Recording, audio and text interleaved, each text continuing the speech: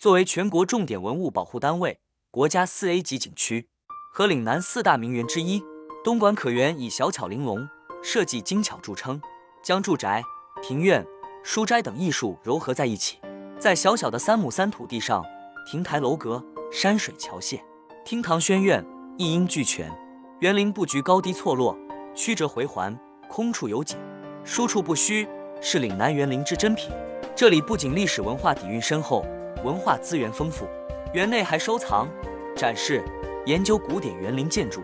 和岭南画派文物作品，